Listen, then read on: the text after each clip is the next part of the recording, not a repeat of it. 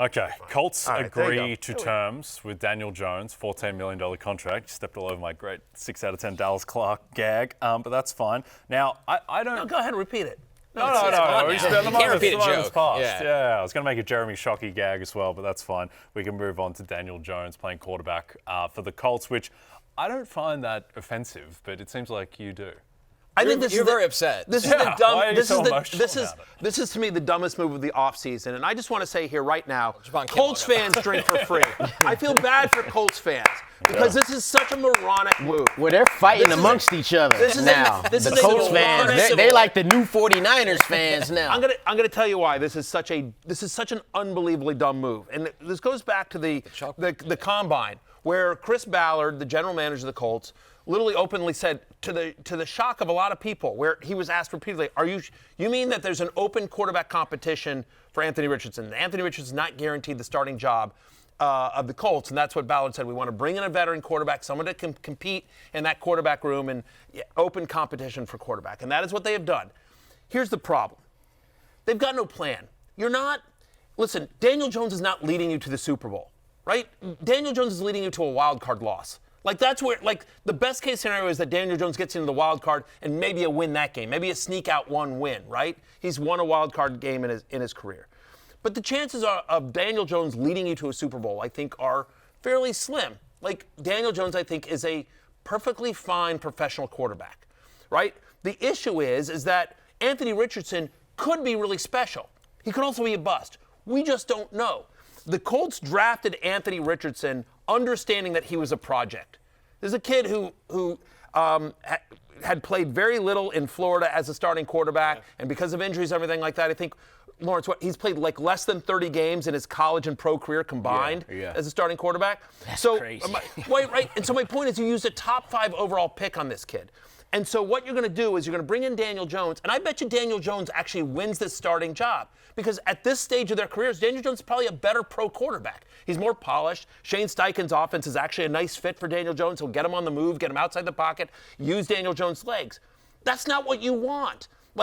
You guys will joke about me always bringing it back to the Commanders, but I think back to the Commanders.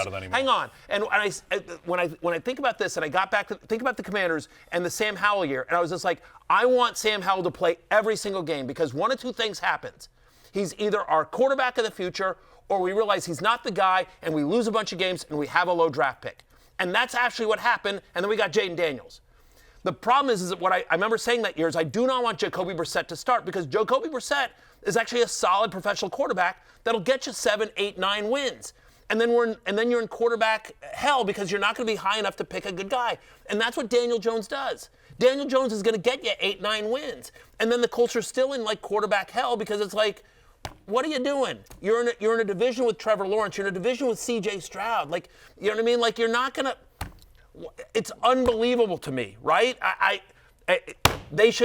Anthony Richardson should start every single game this year that he's healthy, and then you should get somebody to back him up. But you should basically say Anthony Richardson, this is your year, and let's see. And they'll either at the end they'll be like, oh, we have something here. The reason we used the number 4 overall pick on this guy, or you know what, it's not working out, and we got to restart. But Daniel Jones just And the reason Daniel Jones went, because Minnesota wanted him back as well. The reason Daniel Jones went to Indy is because I'm sure they told him, you have a legit shot at starting here. We're going to give you an opportunity legitimately to compete and be the starting quarterback of the Indianapolis Colts. Daniel Jones isn't stupid. And so I'm sure they told him that, and I'm sure they meant that. That's why Daniel Jones went as opposed to competing for a Super Bowl with the Vikings. Sorry. Yeah.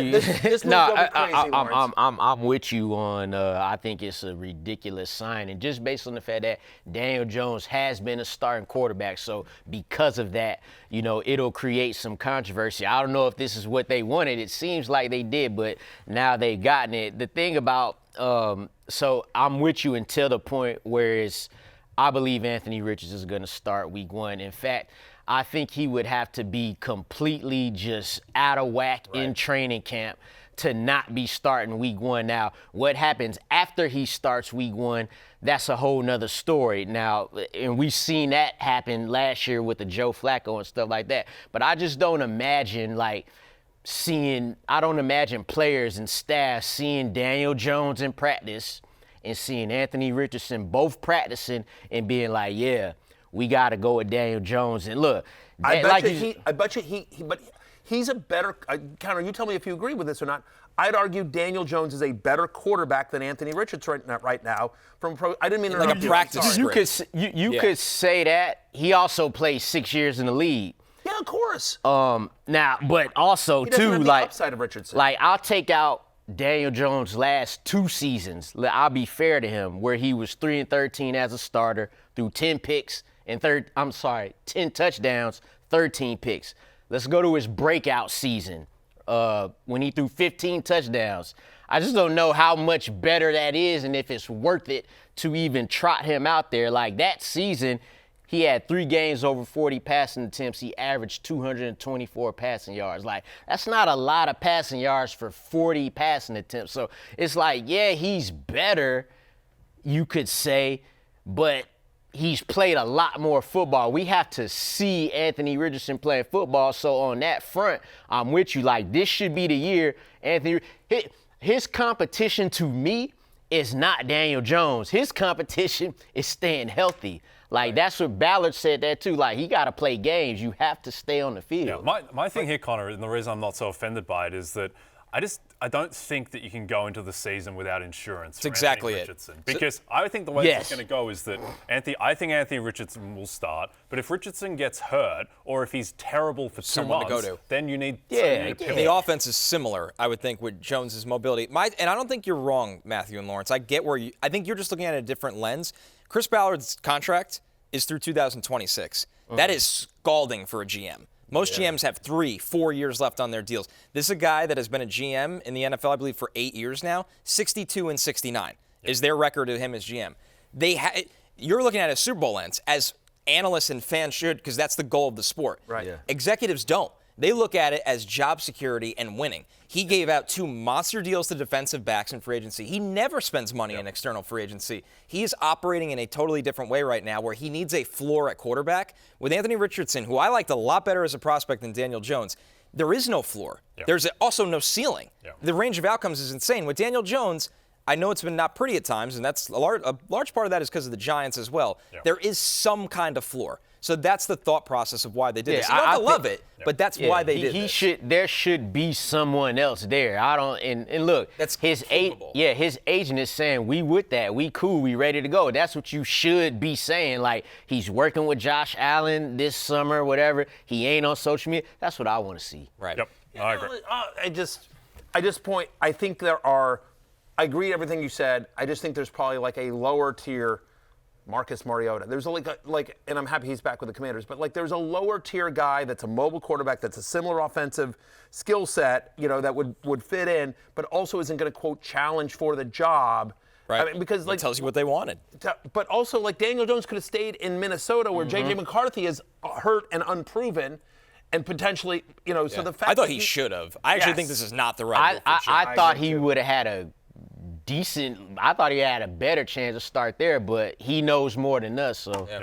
Hey, it's Matthew Berry from NBCSports.com and RotoWorld.com, and I want to thank you so much for watching whatever it is you just watched, or if nothing else, being too lazy to click out of the autoplay after this video started, after whatever it is you actually wanted to watch finished. But now that you're here, I'd like to take a moment here to ask you respectfully now, okay? I'm asking you respectfully to subscribe to the NFL on NBC YouTube channel. You'll get the latest Roto-World fantasy news headlines, all sorts of great shows, including my own Fantasy Football Happy Hour. So go subscribe now. Again, I'm asking respectfully.